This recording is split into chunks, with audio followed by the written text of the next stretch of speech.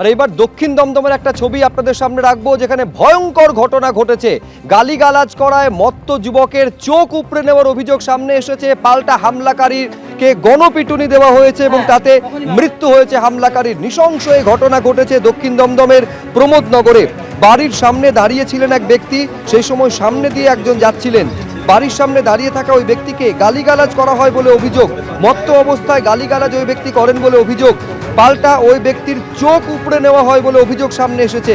আর এই ঘটনার পর অভিযুক্তের বাড়িতে চড়াও হন স্থানীয় বাসিন্দারা। বেধড়ক মারধর করা হয় অভিযুক্তকে। হাসপাতালে নিয়ে গেলে মৃত বলে ঘোষণা।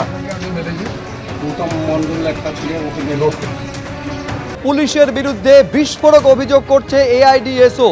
বিদ্যাসাগর বিশ্ববিদ্যালয়ের ছাত্র ধর্মঘটের দিন ডিএসওর যে সমস্ত মহিলা আন্দোলনকারীদের ধরপাকড় করা হয়, তাদের তরফে সাংবাদিক বৈঠক করে এই অভিযোগ করা হচ্ছে যে থানার ওসি কোমরের বেল্ট খুলে পিটিয়েছেন।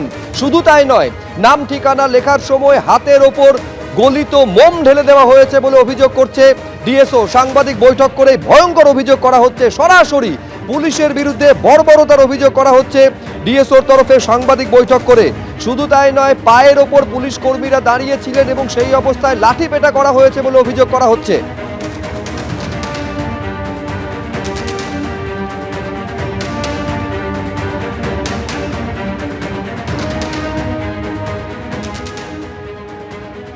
আমি এক এক করে আপনাদের সামনে রাখবো কি কি বিস্ফোরক অভিযোগ ডিএসওর তরফে করা হয়েছে। প্রথমে দেখুন, এই কথা বলা হচ্ছে সাংবাদিক বৈঠক করে ডিএসওর তরফে যে একেবারে ধর্মঘট কাকে বলে দেখাবো, এই বলে হুঁশিয়ারি দিয়েছেন থানার ওসি। শুধু তাই নয়, গালিগালাজ, অশ্রাব্য ভাষায় অশ্লীল গালিগালাজ পর্যন্ত করা হয়েছে বলে অভিযোগ করা হয়েছে এআইডিএসওর সাংবাদিক বৈঠকে। কি অভিযোগ দেখুন।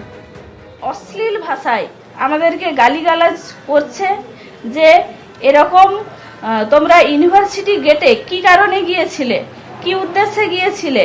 তখন আমি বলি যে আমরা ছাত্ররা মিলে আমাদের যে ইউনিভার্সিটি এবং কলেজের যে সমস্যাগুলো নিয়ে, এগুলো নিয়েই আমরা গিয়েছিলাম মূলত।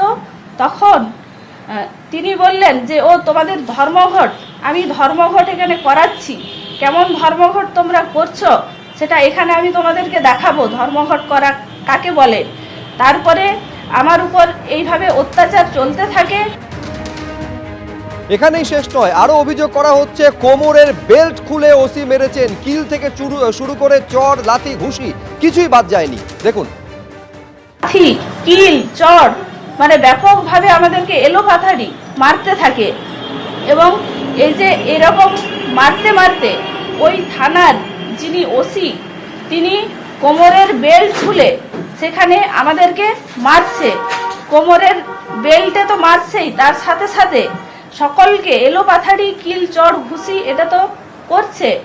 এবং এইভাবে মারতে কিছুক্ষণ মারার পর বাকি তিনজনকে অন্য একটা রুমে নিয়ে যায় ওই থানার যিনি ওসি।